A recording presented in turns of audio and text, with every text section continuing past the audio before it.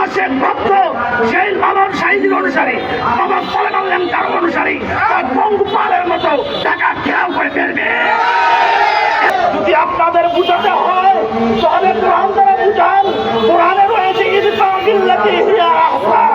তোমরা যদি কাউকে দাওয়াত দাও উত্তম আদর্শের মাধ্যমে দাওয়াত দাও, হিংসর মতো, কানুনের মতো, হায়নার মতো, বাংসুরের মাধ্যমে না। খাজা বাবা উপমহাদেশে ইসলাম প্রচার করেছে, কাউকে হত্যা করেছে, আপনারা শুনেছেন? শাহজালাল বাবা কাউকে হত্যা করেছে, শুনেছেন? নবী রহমত সাল্লাল্লাহু আলাইহি কাউকে হত্যা করেছে, শুনেছেন? এটাই তো ইসলাম। তো আজকে যারা মাজার ভাঙচুর করতেছে তারা কোন ইসলাম কায়েম করতে চায়? এজন্য ভাইরা আমার সর্বশেষ বক্তব্য, আজকে যে সমস্ত দরবার থেকে পীর মাশায়েখ এসেছে সকলকে আমি সাধুবাদ জানাই। বাবা সজিব চৌধুরী হিয়াজুরা দরবারের আজকের মানববন্ধনের যিনি প্রধান সভাপতি বাবা সৈয়দ গোলাম মঈনুদ্দিন হিয়াজুরি, অনেক পীর সাহেবদেরকে দাওয়াত দিয়েছি, ভাইরা আপনারা আসেন, আমরা একটু মানববন্ধন করব।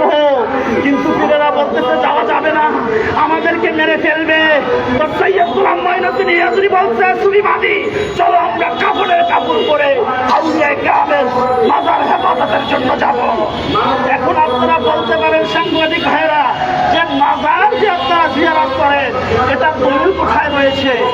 কোরআনের সূরায় 32 নম্বর আয়াত খোলেন, আল্লাহ তাআলা বলতেছে আল্লাহ শাইরুল্লাহ যেগুলো রয়েছে এগুলোকে তাজিম করা, এগুলোকে সম্মান করা, এটা হচ্ছে ঈমানি দায়িত্ব। আল্লাহ শাইরুল্লাহ কি? বাইতুল্লাহ আল্লাহ শাইরুল্লাহ, রাসূলুল্লাহ আল্লাহ শাইরুল্লাহ, কালামুল্লাহ আল্লাহ শাইরুল্লাহ, ওলিউল্লাহ আল্লাহ শাইরুল্লাহ। এজন্য জগতে যতদিন মাজার থাকবে এই জমিনে ইসলাম থাকবে। জগতে যখন মাজার থাকবে না জগৎ থেকে ইসলাম চলে যাবে। তো আমার সর্বশেষ বক্তব্য, যারা এখানে হাজির হয়েছেন অনেকে বক্তব্য দিতে পারেন নাই, এজন্য বিনীতভাবে ক্ষমা করবেন। এবং সামনে যখন সৈয়দ গোলাম মঈনুদ্দিন হিয়াজুরি জয়পুরা দরবার শরীফের সুবিবাদ ফাউন্ডেশনের চেয়ারম্যান বাবা সজিব চৌধুরী সাহেব আমাদের ডাক দিবে, 5 লক্ষ আশেক ভক্ত সেই লালন সাহিদির অনুসারী বাবা সালেমান তার অনুসারী পঙ্গুপালের মতো টাকা ঘেরাও করে ফেলবে। এই বলে আমার সংক্ষিপ্ত বক্তব্য শেষ করলাম। ওয়াখিরি দাওয়ানা আলহামদুলিল্লাহি রাব্বিল আলামিন। আসসালামু আলাইকুম ওয়া রাহমাতুল্লাহি ওয়া বারাকাতুহু।